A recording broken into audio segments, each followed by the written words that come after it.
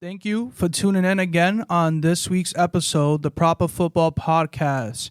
There's not much going on in EPL, so we took it upon ourselves to talk about Barca and Atletico Madrid. And yeah, funky game, 3-0. Funky, definitely 3-0. I didn't see a 3-0 result coming, especially with Atletico being home. And I didn't see it coming, but that's what happened. That's how the game goes sometimes. So Atletico was unbeaten at home since last year for 14 months. And the last team that beat them 14 months ago, coincidentally, was Barcelona. So it was fitting that they ended that streak once again. So once they came on the pitch, I think Atletico was kind of on the front foot and looked a little bit more dangerous than Barca. Yeah. Even before the match, though, there was a lot of questions about the squad that was on the pitch. Barcelona right now, they're not really robust. They have a lot of injuries right now. You want to care to go through them real quick? Yeah, I mean, you're probably looking let's at do them. that. Go through the list and we can talk about it. All right, cool. So you got Gavi, that's been out obviously for a long time. Balde out for a long time. Pedri, hamstring injury. He's been out. He missed 6 matches so far. Yo, isn't that sad in his case? Like, he's so young, and he just continues to play and play and play. Like, any, tournament that comes up, he's in it. The Olympics, that's not really a big thing, at least in footballing terms. He's in it. These friendlies, he's in it. He's in every single competition for Spain and Barcelona. But do you blame him too? Because at that age, I mean, you're expected to go to those tournaments like the Olympics, But now, the player that he's become, now we're like, oh, all right, maybe he shouldn't be at those tournaments because he's really this good. Yeah, he's still when he first came on the scene, he was 18, body still developing, playing 65 games a season.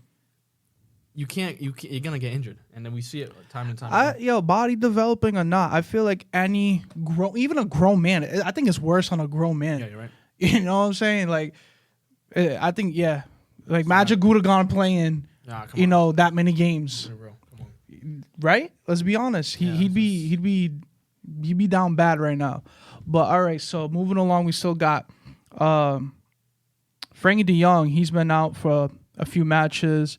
Joao Cancelo has heart problems right now. Mm-hmm. They're saying it's kind of crazy. Yo, update. They did a test, so he was supposed to go to Portugal and play with the team, but then I don't know, they sent him back or something. Someone in his family had a heart problem. I don't know if they passed or something. I don't know what happened, but it triggered them to go do a scan on Joao Cancelo's heart, and I guess no problems, everything cleared, but they're still saying, Joao, you're in our prayers, blah blah blah. So I don't know. If did anything happen in training in a game, nothing? I think it was someone in his family, bro. Yeah. That something happened, and they were just curious. Let's see if let's make sure it's not hereditary. It's not gene or something. But they did say that nothing was wrong with him. So praise to him, regardless of what's going on. All right, I didn't know that. You got Christensen. He was actually on the bench, but he has Achilles tendon irritation right now. So what else? Not fun. Yeah, it's not fun. I've had that myself. It's very painful, and you could be out for a long time. Mm-hmm. We talking about 6-8 months. Yeah, that's not a joke. If you rupture your Achilles, but yeah, some big names right there. But let's look at the paper now. There was a lot of young guys. How many young guys were on the pitch? 2 that started, and another 2 that was on the bench. You had 2 17-year-olds start the game. Kubarsi at center back and Hector Fort at left back. On the bench, you have Lamine Yamal, 16 years old, which we don't need to talk about, just a wonder kid. And Casado, who was on the bench, ended up coming on late. So midfielder too, he's pretty young. What's his name? Is it Torres? Oh, no. Fermin Lopez. Fermin Lopez, yes. Another one. Fermin Lopez. Just turned 20, but still, you can consider him a youngster. Dude, look, I'm looking at it right now. He got 22 appearances and he has 3 goals. That's a lot. So yeah, like coming into this game, I'm looking at Barca's lineup. I'm like, how is Barca gonna win this game away from home, relying on these youngsters? Like literally relying, like you just said, a youngster playing 22 games in a season. 6 Champions League appearances. That's a regular player for you, bro. Yes, it is. So I was looking at, I was like, I don't see how this is gonna happen, but yeah, some youngsters going on and actually playing really well. I think Kubarsi shocked me, bro. I really like how this guy plays, playing out the back, in the manner that he does. Yeah, he needs to clean up some things, but he's 17 years old. What were we doing at 17? Yeah, no, I mean, you're definitely right. He was able to control the ball and distribute the ball forward. At that age, it's kind of tough against, like, you're playing against, like, Morata. Morata got a lot of goals this season. Then you got, like, Griezmann coming your way. You got Depay coming your way. And pretty much it looked like a healthy Atletico Madrid. Yeah, I think everybody was on go for Atletico Madrid. I mean, they did have a Champions League game a few days ahead of time, but so did Barca. So everybody's going to be tired if anything. Barca had more rest, for sure. Extra day, right? Yeah, I think it was something like that. They had more rest, but we're not going to come in politic. You know what I'm saying? Right. You got to show up to the occasion, and that's what Barcelona did. Yep. Yeah, Barcelona, like you said, didn't look too crazy, in the beginning of the match. There was actually a few chances I feel like Atletico should have capitalized early on. Yep. And if they did, it wouldn't be a 3-0 game, because there's definitely a few chances that they had. It could have been like maybe a 3-2 game. Or even 100% different. Like, you end up winning because the momentum shifts throughout the game depending on when you score. And, we've all seen Diego Simeone get that crowd going like crazy. Like, he'll turn around the crowd and, like, similar to Anfield, like, it's a different type of environment there at the Metropolitano. And once Diego Simeone starts waving at the fans, like, come on, it gets crazy, and it's tough for the opposing team to combat that type of energy going against you. Yeah. What was his name? Pablo Barros. I thought that was Llorente for a second when he shot the ball. Shot like that, you got to have it on target.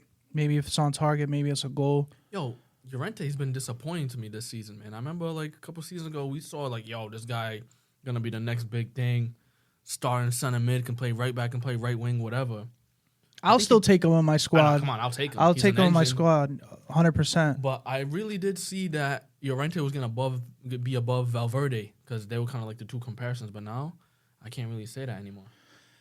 Yeah, it's tough. I mean, he's getting up there in age, too. I think Valverde is a little younger than him. Oh, really? I think so. Wow. Because I think Llorente, if I'm not mistaken, he's probably close to his 30s. Llorente's a little younger. I think not Llorente. Valverde's probably like 24, 25. I actually want to see it right now. Let's see. Yeah, I only brought that up because he was playing like right wing or so. He had a good chance towards the end of the match. When Ter Stegen saved it from outside the box, and it was offsides, and Depay tried to follow up. What was that? Was that Llorente? That was Llorente. Correa? No, that was Llorente that shot that ball. So Llorente's actually 29 years old. Wow, that's shocking. Shocking, right? Wow, that's crazy. But yeah, I mean, great player, but just a little disappointing in the past year or so. Ever since he knocked Liverpool out in that COVID season, Champions League. Yeah, he went off that year. Nah, he's nasty.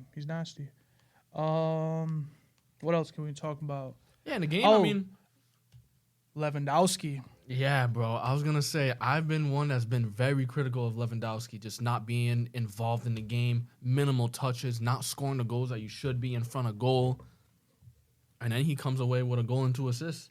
Could have had a hat trick if you ask me, but you're not going to expect a hat trick every single game. But yeah, there was a few moments like it was questionable. What's his name? I keep forgetting his name. Fermin Lopez. He had a cross to him, and it was too wide. Yeah, bro. Like no one would get that. You know what I'm saying? I'm surprised he even got to it, right? Got to it. Yeah. But, even, like, down to his touches. Yo, you saw that touch. Yes, I did. Nah, that was crazy. Even down to his touch. He had a few unnecessary balls, but, like, his touches, the finishing, like, to be able to finish in that manner, like he didn't have that angle. He had to twist his whole body to shoot it, on the opposite post. He didn't even look at the goal. Yeah, I believe it. He really did not look at the goal. He didn't have an angle, didn't have a sight to look at the goal. But that's the instinct of a top level striker. Finishing a goal like that in a big game, crazy. But yeah, providing assist to Joao Felix, Yep. and Joao Felix obviously scored in the last match against Atletico. Yep. I think that was the only goal too, against his parent club. Kind of crazy. He really does not have any respect for his parent club. No, I don't think he actually celebrated this time. The first time he celebrated. Yeah, I know, because you know why? He was at Barca's camp. He was safe. Yeah. He was at the Camp Nou, or the Spotify Stadium, whatever you want to call it. Shoot, I mean, you think if he celebrated, what happened? Nah, bro, they're throwing beer cans. What happened? It was in Turkey, right? When, yeah, you think that would happen? Nah. Fans running on the pitch. I don't know about that. That's bizarre. Having to fight for your life because fans is running after you after the game because you won against the opponent. Nah. Fam, we love soccer. You know what I'm saying? It's a little off topic, but we love soccer. It should never get to that point. Never. At the end even of the though game, we're like rivals or anything, like now we're like kicking and punching after the game. You're trying to like really hurt a player. right, That has to go in and play the next week. that has to go back to his family at the same day. And even if it's people in the stadium, like, why are we doing that? we think that these players just have no lives and nothing that happens to them. It's just they play soccer and that's it. Nah, they have regular lives just like us. They're regular people. They have the same problems, if not more than us. Just get paid more than us. Yeah, They're yeah. humans. They go through their own stuff. And we got to have some respect for our neighbors, I guess we can say. Yeah. Yeah, Joao Felix was probably celebrating in his head. You know what I'm saying? I mean, it's normal. Yeah. Maybe, you score against your parent club, but then you got to, like, snap back to it and be like, oh, man, I got to show some respect. Yeah. But as a striker, when you score, like, your first instinct is like, yo, I'm happy because that's your job. That's what you're made to do when you're on the pitch. What happens if he goes back next year back to Atletico and they just can't find a way to sell him to another club because they bought him for so much? Yo, I'm trying to figure it out. Like, I think Barcelona actually want to keep him. Right. But if I'm Barca, if I'm Atletico, I know Barca needs him.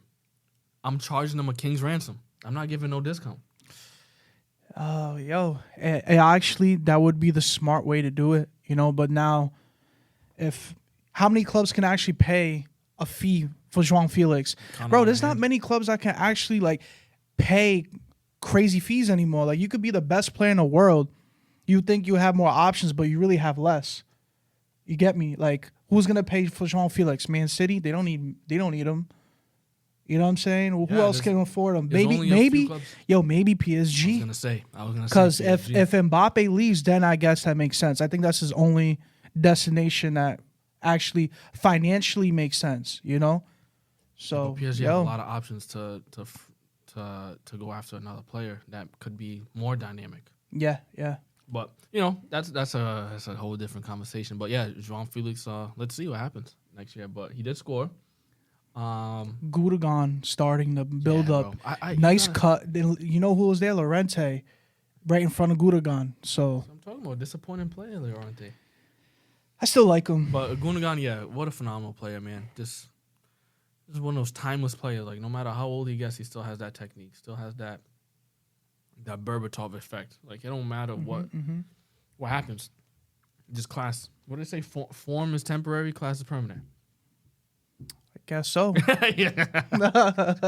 I never heard that one, so I'm gonna just say I guess so. I think I heard that on FIFA like 09 or something. That's crazy. This guy raining down shit from 09. You're an intelligent guy. I like that. That's a nice one. I'm gonna use that in the future. How's it go again? I don't know. This guy trying to play me on the pod. That's actually crazy. I'm gonna do this to this guy too. I'm gonna set you up. It's all right. Oh man.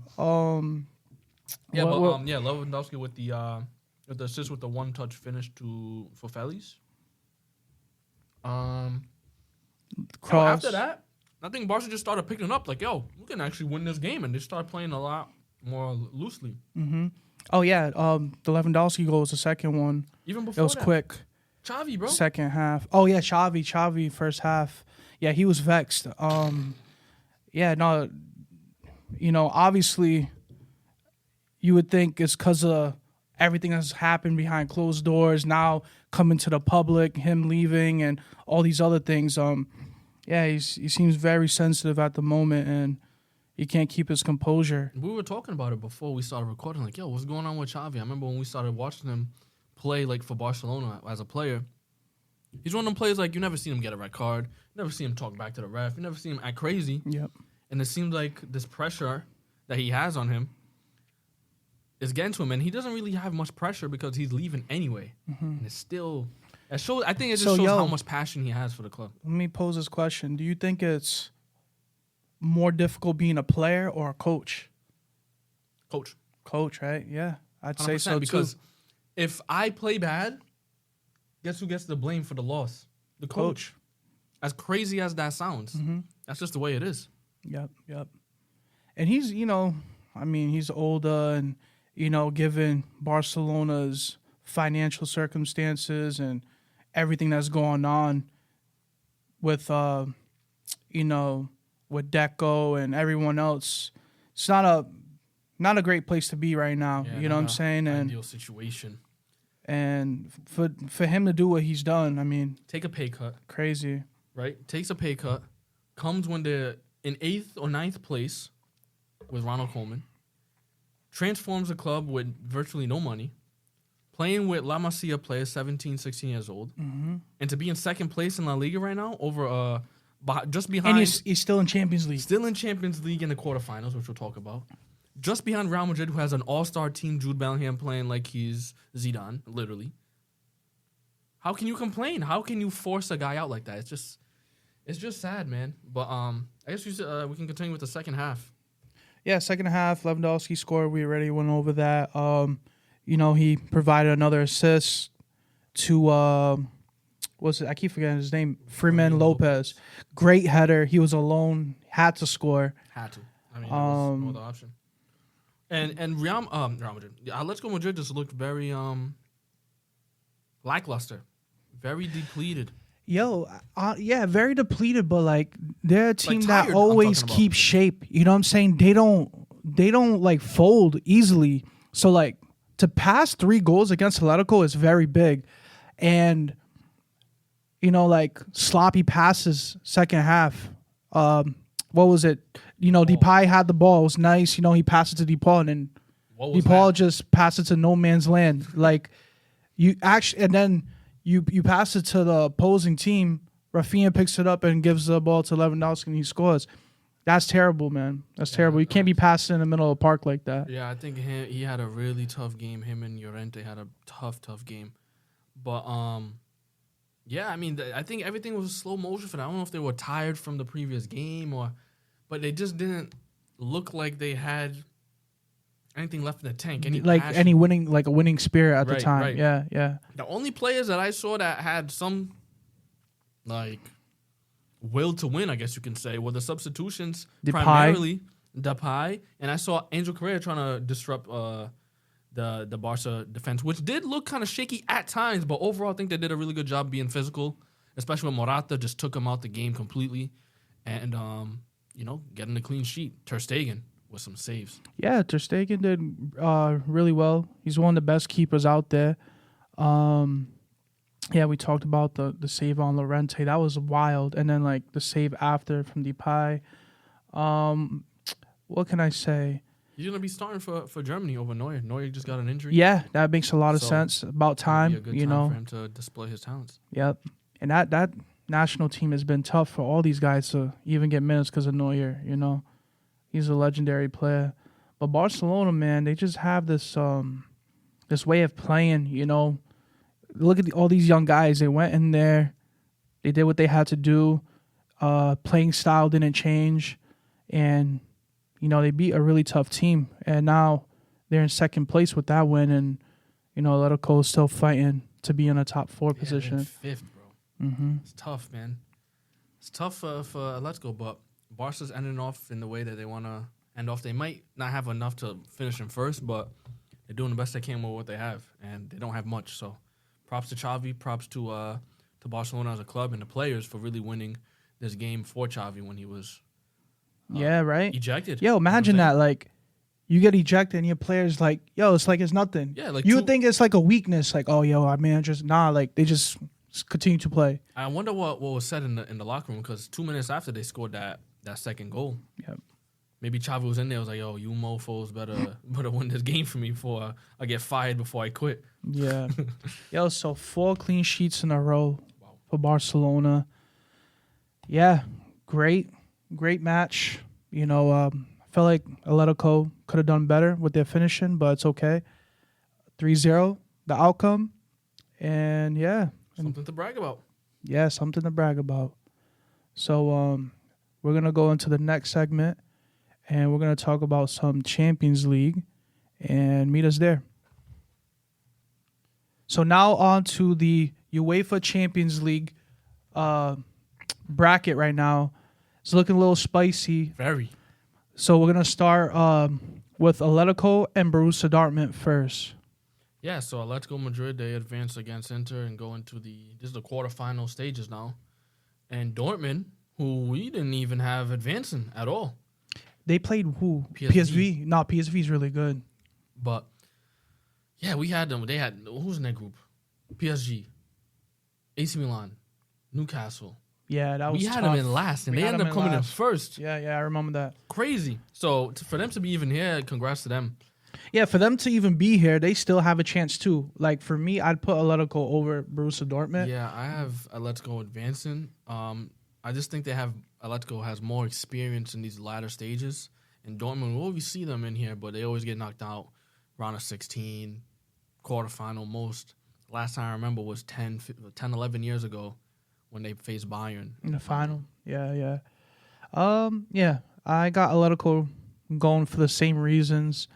And if I was part of Atletico, I would think we can move on past this game too, because, you know, I wouldn't want to be on the other side of the bracket. So they definitely got blessed out of all teams. So, you know, still hard though. If you're any other team that's still in the competition, the one team you'd prefer to face is Dortmund. Yeah. And not to throw any shade against Dortmund, because when you go to Dortmund and play home, it's not no joke. Like, they have one of the best home stands in the world, I would say. That yellow brick wall. What's it called? The yellow something. It's yellow. But Dortmund could pull off a shock. Yeah, if I was to give it a percentage, I'm giving it 65% on Atletico. And 35 on Dortmund. Yes. I think I would have to agree. I think I would have Atletico advancing on that game. Even Atletico right now, they're in 5th place in La Liga, but I feel like when it comes to competitions like this, they're more like awoken, like they're ready to like really get the job done. And that's my prediction. I got Atletico advancing. Yeah, I might have to have Atletico, but can't count Dortmund out. Can't count any of these teams out. But same side of the bracket. Now we have a very interesting game.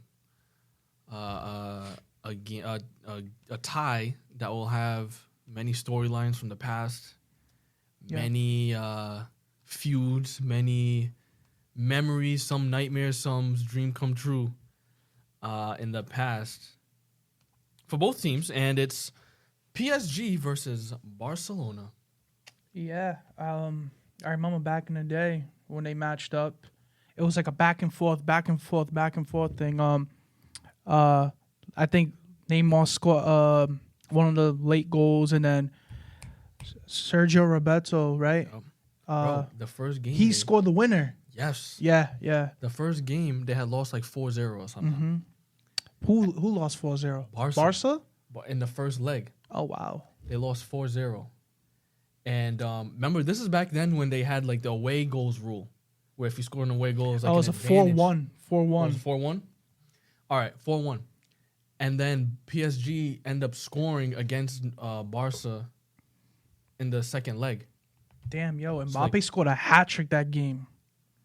That 4-1. What's wrong with Mbappe scoring hat tricks and losing and not advancing to the next stage, bro? Crazy, right? Did it in the World Cup. What's going on with the guy? Yep. Cursed. But that's crazy.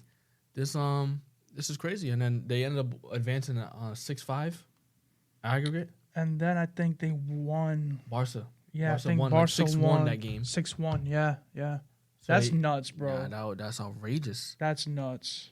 Because that the away rules goal was crazy. We're not gonna go into all that. But that's nuts. as far as this game, both teams don't look like the PSG and Barcelona that we've known over the past several years. Especially, this could be Kylian Mbappe's time to shine and his last chance. Last chance to win a championship as far as Champions League goes with PSG. He's most likely going to Real Madrid next season. PSG's in a rebuild mode, but same thing with Barcelona. Xavi's leaving, their beloved coach. They're in the rebuild mode. Do they have all the strength that they have?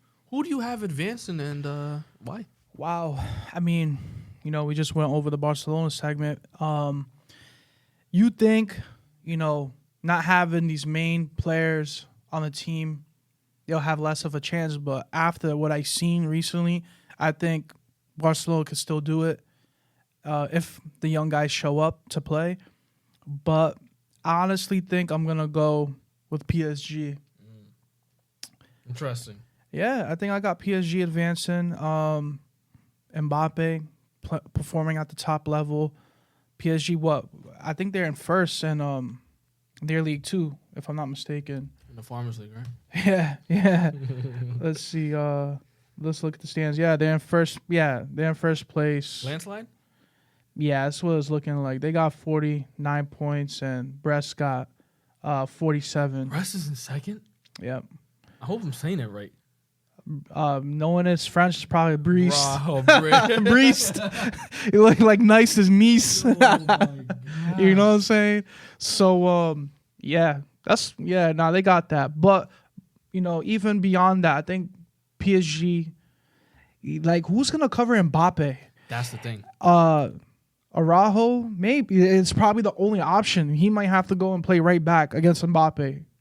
Yeah, I think if we just look at both teams in paper, because defensively, PSG is kind of lacking. Marquinhos is out injured. Yeah, he's been out, yeah. And there's other injuries going on. But let's say both sides are having injuries. When you look at their available 11, or just the top 3, who's covering Mbappe? If you have Mbappe locked down, who's covering Dembele?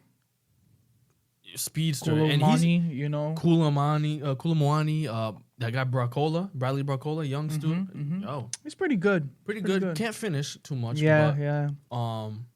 Speed demon. I'm just thinking about Barca lose the ball, and you have players like Gundogan. They still got a good defensive line, like Hakimi, Hernandez on the opposite sides. Yeah. And then you got Pereira too there. He's okay. Nah, you got Mendes too. Yeah, Nuno Mendes is locked down. Fam. So Gonzalo Ramos too. Nah. Yeah, I mean, even if you have Lamine Yamal going off, you have Nuno Mendes is gonna contain him. So who's gonna really be the difference maker? Lewandowski, of course, we can never count him out. Yeah. But let's be real. I'm just thinking about the counterattack. When PSG go on that counterattack, who's gonna be able to maintain with that type of speed? And it's gonna have to be the midfielders. And I don't see Gundogan doing it. I don't see Fermin Lopez doing it. I just don't see these guys competing with that type of speed, man. It's definitely tough. What can I say? I'm looking at their team right now. It looks like everyone's available but Marquinhos. I don't think Barcelona can do it, honestly. Now I'm looking at it. Yeah, I'm going to have to go 70-30 PSG favor. Yeah, for him to advance. I might do 80-20. 80-20. I mean, that's fair, man. I mean, but Barcelona has come back from tougher times. Yeah, but then again, they did have Messi, Neymar, Suarez. But it's even Barcelona, their front line isn't anything crazy. Yeah, It's they got good players, but Rafinha probably, I don't know his stats at all, but I'm pretty sure he got no more than 10 goals. He doesn't have 10 goals. Nah. Even Joao Felix, I think he scored his 9th for the season or something like that. I don't got them winning. But if they advance and Atletico advance. Then things get interesting because then Barca could probably go to the final. Yeah. But what's also interesting is that Atletico knocked them out twice. So, like, can the past happen again? Or do we go more based on a recency bias where Barca just beating Atletico 3-0? Maybe they wake up after that. You never know. You never know. Very, very crazy. I don't really like seeing teams from the same country play each other in Champions League. So I'm hoping to see something different. Maybe we see Atletico and PSG. Mm-hmm. Yeah. I think that's what we're predicting. All right. So that's side the draw. Now things get into the side where it's tough.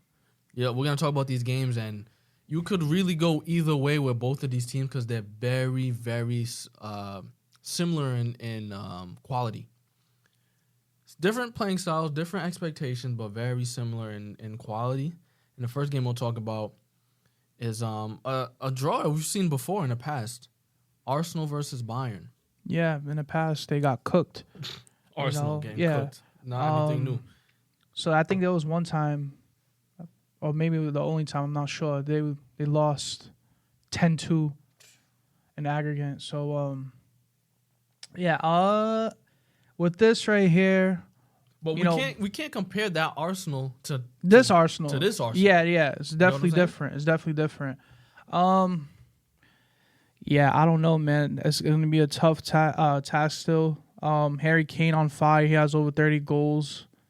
Harry Kane has to come up big in this game. Oh, no, he has to. He has to. Yo, imagine that. He played for Tottenham, too. So, gives him another, reason, to go in and play against this London club. Low-key, I think Arsenal, they're probably the better team based on how they play. They play more cohesive. And, form as well. Yeah, form. And what else? They maintain good shape on the pitch. And then they're on a scoring streak, too. They've been scoring a lot of goals. But yeah. You're playing against a Bayern team that's physical, and they're going to try to come up with wins too. So I don't think it's going to be an easy task. It's not, but it's more 50-50 this one, but I'm going to give it a little bit to Bayern. And that's fair. The Arsenal, they've been in great form.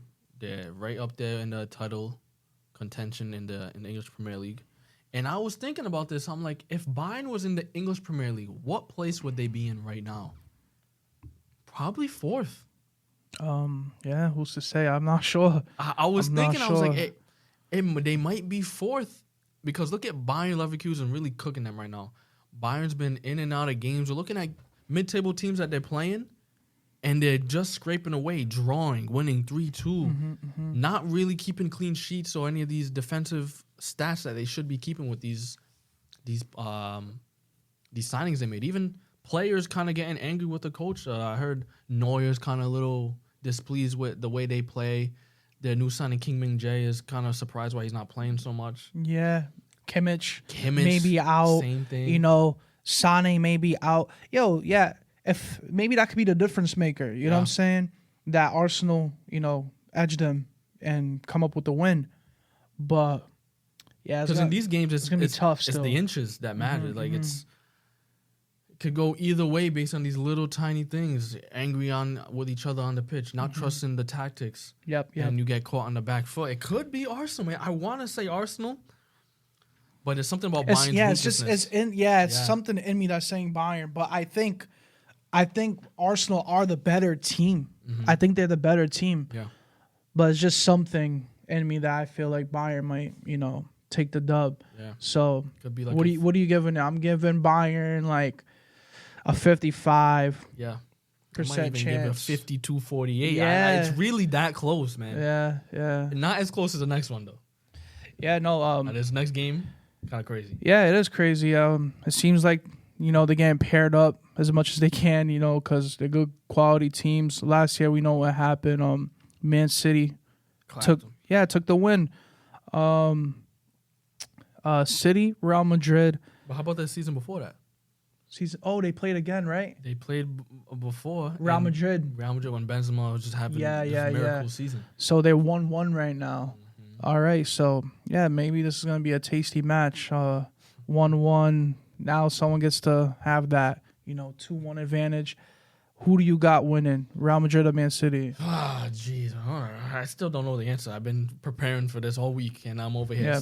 Still can't give you a proper answer. But if I'm to say, similar to the last thing we were talking about, Bayern, and just have that it factor, that history, I gotta give the slight edge to Real Madrid. But we can talk about both teams and why they could and could not win. Real Madrid on hot fire form. Jude Bellingham, one of the players of the entire season. Not just in the league, in the entire world. Like, one of the signings of the season for sure. And they're firing on all cylinders. Like, they don't have a striker, but they're scoring a crazy amount of goals. Yeah. They have injuries, but they're coping with them. They have players that may be out of favor, like Modric, but they're still coping as a team. Yeah, I mean, a guy like Modric, he's not going to start that game. You're going to put Cruz, probably Camavinga, Valverde. Right now, you can't really put Tchouaméni in the midfield because he's been playing center back with Rudiger. But the same Militao might be back for first or second leg. Yeah, but do you want to risk that, though? Like, first game back, you're playing Man City. I'd probably, leave Tchouaméni there, and then depending on how, the game goes out, maybe put him in. Like, if they're up, maybe put Militao in just to get a taste of the game. But to throw him in there, not being, available this whole time, I think is a tough task. It'll be rough. Courtois out for the season. Just got another injury. Yep. All these little things that could go, but, I mean, look at Vinny, man. This unbelievable player for Real Madrid. Rodrigo's really playing well. Diaz getting a lot of minutes, too. Brahim Diaz. Mm-hmm. No, I love that guy, man. He's good. Look at that. He was a City Academy player. You knew that, right? I didn't know he was an academy player. He played with Foden. He played with Jadon Sancho. Wow. They were all together. You believe that? It's sick, right? I don't understand, bro. Imagine. I mean, I'm talking as a Chelsea fan, but I've seen his. City's academy is ridiculous. Yeah. They produced a lot of guys. I think Lavia played in City too. Yeah. Yeah. So he's from there. Yeah, they got a serious academy, but right now Real Madrid looking good in their league. Obviously, we know what Man City's doing in the Premier League. They're fighting to win, but they're currently in third. It's really tight. Real Madrid don't really have a striker at the moment, so can that be an easier task for Man City? Maybe. Yo, what I've noticed is that once you really get physical with Haaland, he kind of shuts down. Yeah. You look at what Van Dijk did to him? Van Dijk did to him. Shut down. Early in the season, Gabriel Magalhaes and Saliba locking him down. Yeah. They'll play again pretty soon. And Rudiger, he can do that. He's done it. He can do that at his best. So Militao at his best can do that too. Yeah. So I might give it to Real Madrid. Yeah. Slightly though. It's very slight because you still got players. If they win, it's probably 1 goal difference. Yeah, you got players like Foden. You got players like De Bruyne that can change the game in the snap of a finger. But I'm gonna have to give it to Real Madrid, and then imagine Real Madrid Bayern semifinal. Yeah, jeez, that's gonna be Real Madrid's Bayern semifinal. I got Real Madrid winning. Yeah, and then the way it's looking, my prediction, I see a Real Madrid and PSG final. Yeah, just think about the headlines. Yeah, you right. know, the guy that's leaving his club to go to the club that he's playing against in the Champions League. Right. It's like, remember when Götze was leaving Borussia Dortmund, he went to Bayern, and he didn't even play. He was in the stands, right? Yeah. Yeah, I remember that. Yeah, so maybe Mbappe has to keep it close. Nah, he has to play. He has to play, but Mbappe... Mbappe he's can't not gonna say, make a decision. if he says he's going to Real Madrid before that, you think they bench him and be like, look at what they've been doing. They've been taking him off at half. Yeah. They've been benching him. Yeah. This coach, Luis Enrique, is not playing. He's there for the long haul. And that's the proper thing to do, I think. I think that's a proper thing to do, too. Obviously, you're going to want to play your best players. Right. But you kind of give your team an advantage because you're preparing them not to have Mbappe. Exactly. Yeah. And you're going to play with the guys that you have now. And maybe you add someone to the team, but I think you prepare them early on. I think we all know how much they rely on him. So, yeah, it's going to be interesting, man. I mean, can you imagine? Now, play of his stature, though, you might have to start on that final, though. No, you have to. if you want to win a match. Nah, if not, I think, yo, I think the don't play president him. of France will come and force him to start that game. When they were doing negotiations, the president of France was there trying to convince him to stay. Everybody was there trying to So, convince him. If can you imagine that PSG win the Champions League and he goes to Real Madrid the next season? Like, how do you feel as a Real Madrid? Like all the other Real Madrid, You still feel the same. You still feel like Real Madrid is a wow, that's crazy. Successful club. Yeah, so a sex machine. Yeah, yo, that too. Success machine. Crazy. Yeah, I mean Real Madrid. Yeah, Real Madrid got some fine ladies out there. So yeah. Back. Let's get back. Let's be focused right now. But yeah, they're still a great club. And then like maybe he goes, and if they do get Alphonso Davies, it's just gonna be, crazy out there. Yeah, I mean, like who's really gonna get past Real Madrid if you add those two? Like, can you imagine Mbappe's ego though, walking in there with a Champions League, a World Cup. Yeah, now I'm at Real Madrid. What's good? He already has an ego, so I don't think it's gonna be any different. Look at the wages he was getting and all these other things. He's willing to take a price cut, so it just shows how much he would want to join that club. Who you got winning that game if it was to happen? PSG Real Madrid with one shot down to it's tough. A legacy. If Real Madrid show up, it's Real Madrid. If like who's gonna cover Mbappe? But let's be real. Real Madrid can show up, but Kylian Mbappe couldn't go off. Yeah. Like it could be 4-3 PSG. Because this guy Mbappe is unstoppable. It could be. Yeah, that one I don't know. I gotta do more thinking. I might just say Real Madrid off top. Yeah. Based on all the experience they have and how they always manage to find a way. But PSG getting their first Champions League has always been a tough thing for them. So I don't know. Real Madrid for me. Well done, brother. I agree with everything you said. So we'll go into a different league other than the Champions League and go into the World League, I guess you can say, with these international fixtures coming up during the international break. All right, now for the international break, we're gonna be talking about some international games that's going to be going on this week and next week. And we have quite the show, I guess you can say. There's many teams that's playing. I think I took a picture of it or something. But we got teams like, let's see, Spain versus Brazil, France versus Germany, England versus Belgium. But the game that we want to talk about is a game that's upcoming, England versus Brazil. A lot of history and a lot of stuff going on. Yeah, so we're not really going to talk about what's going to happen in the game. We're just going to make a combined squad of 11 players. So exactly. All right, so I'm going to just put a disclaimer. If you're Brazilian, don't even listen to this right now.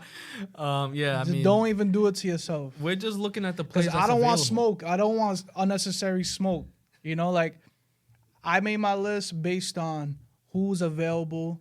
If we were doing a list based on like, even injured players in there, it'd be a whole different list. Exactly. But based on squad availability, who you got going? I guess we can start the back at the keeper position. It's gonna be pretty easy if you ask me. But we could go with the England keeper. Pickford is who I picked. I picked him too. I would say Ramsdale, but he's been shaky last couple games, so I have to go with the safe pick with Pickford. The only reason I didn't go for a Brazil keeper is because Alisson and Ederson are out injured, so I had no choice but to pick Pickford. Yeah, same. If they were available, if everyone's available, it'd probably be different. Yep. Probably Alisson, to be honest, but yeah, I got Jordan Pickford. I agree with you. Onto the defensive team. Like I said, I would have a lot more Brazilian players if they were available. But based on availability, at right back I have Kyle Walker. Center back I have Bremer, the Brazilian from Juventus. I have John Stones at center back, and then at left back I have Ben Chilwell. Who'd you have before? You had John Stones the whole time? Yeah. Yeah. All right. Stones older? All right, Stones. Who No, else would you put? no. I was just because I thought you said something different before. Maguire. Nah, chill. Underrated. So you said Walker. Who else? Bremer. Or you could put Stones. Bremer. Yeah. Stones and Chilwell. And Chilwell. All right. At left back. Not bad. I got a couple of the same guys. So my right back, I have Kyle Walker. I also have John Stones.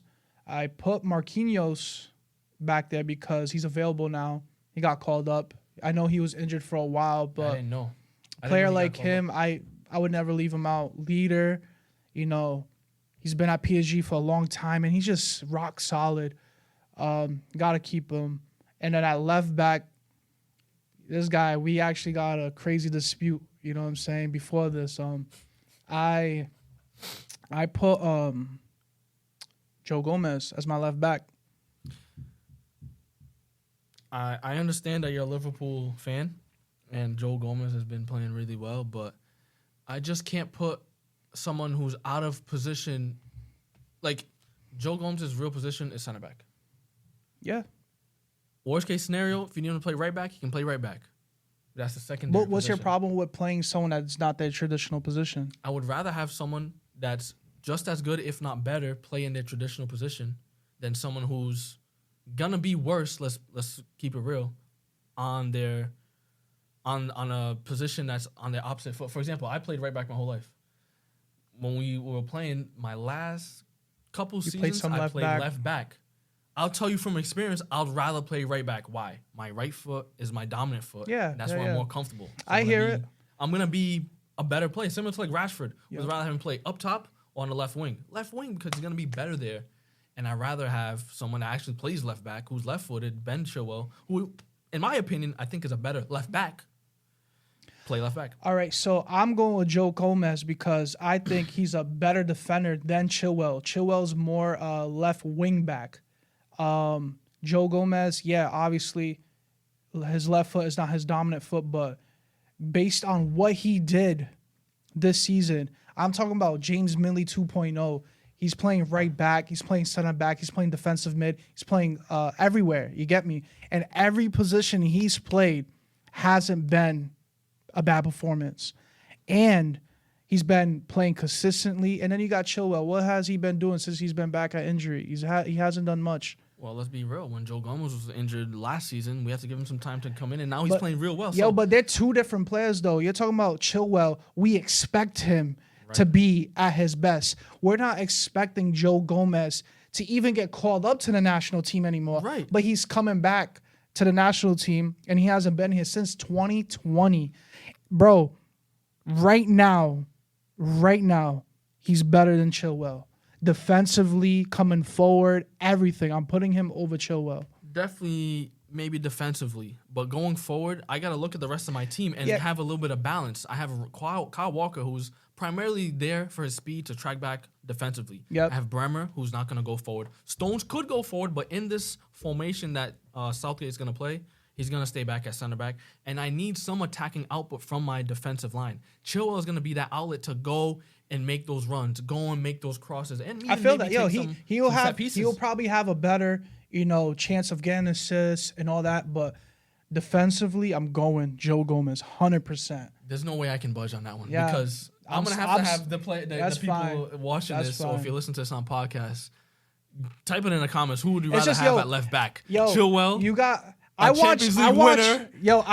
watch Joe Gomez play week in, week out, and lately, I wouldn't even have this discussion if he wasn't playing like this. Nah, he's playing well. But maybe a year or two ago, I'd be like Chilwell 100%. But right now, I can't. There's no way I can leave him out. If I'm a Liverpool fan and I have a left back opening and I can pick Chilwell or Joe Gomez, I'm picking Joe Gomez. I'm not picking Chilwell. If I'm a Chelsea fan and I can pick Joe Gomez or Chilwell, no, gotta be Chilwell. Not. Bro, he's not a traditional left back. The crazy part is that he's the only reason why Joe Gomez is there is because Luke Shaw is out. Yeah, I feel that. He wouldn't even be in the squad. I feel that. But so how can he be better than Chilwell, who has his position locked? I feel that. I understand where you're coming from.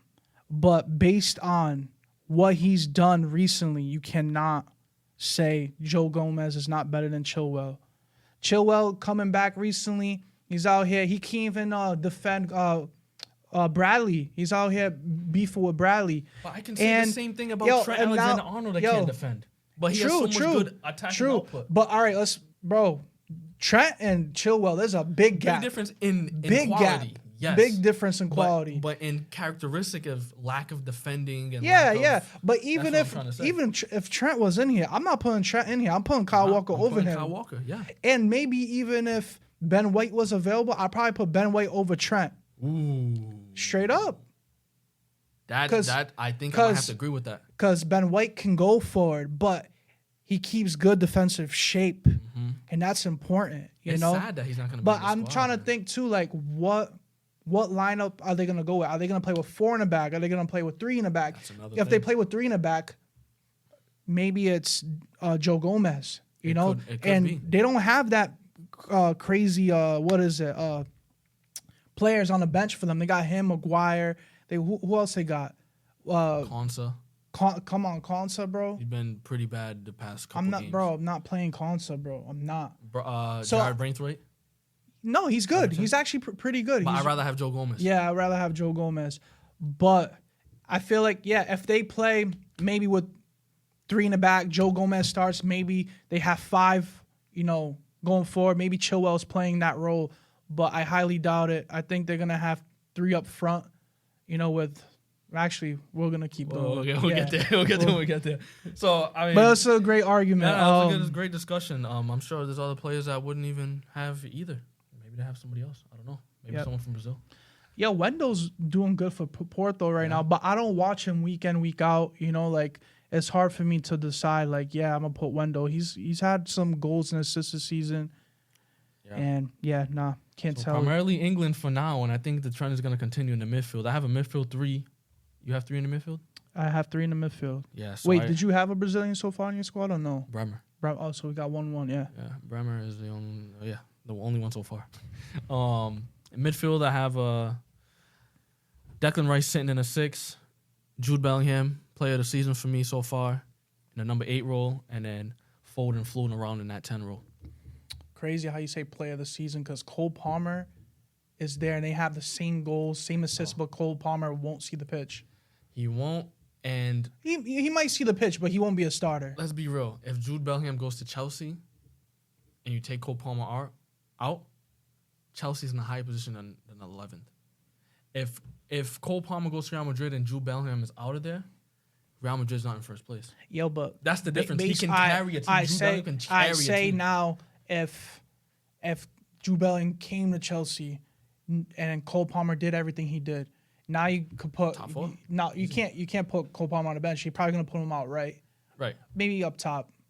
He could do that. I would say, but his finishing would have to pick up too. Yeah, definitely all right. But you named your whole midfield, right? Midfield: Rice, Bellingham, Foden. I got the same.